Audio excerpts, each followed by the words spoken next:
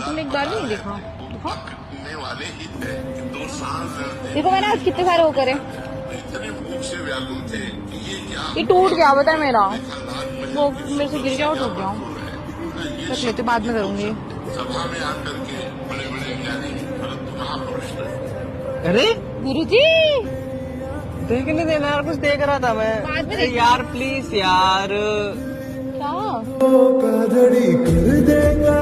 मेरे हाथ बड़े सॉफ्ट है। आज वो सूज गए हैं ये, उसकी वजह से। कैसे?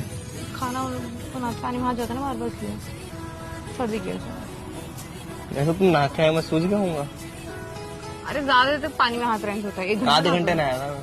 1 घंटे नहाते हो? आधे घंटे फ्रेश रोज हुआ एक था, आधे घंटे नहाया था। फ्रेश होता है तो फोन चलाते हो? कहा लगे ये वाला थोड़ी चलाता हूँ, दूसरा तो चलाता हूँ, घर पे जो रहता है। चुप रहा है, इसको डेली धोता हूँ पानी में डाल के। गुरुजी मना करते हैं।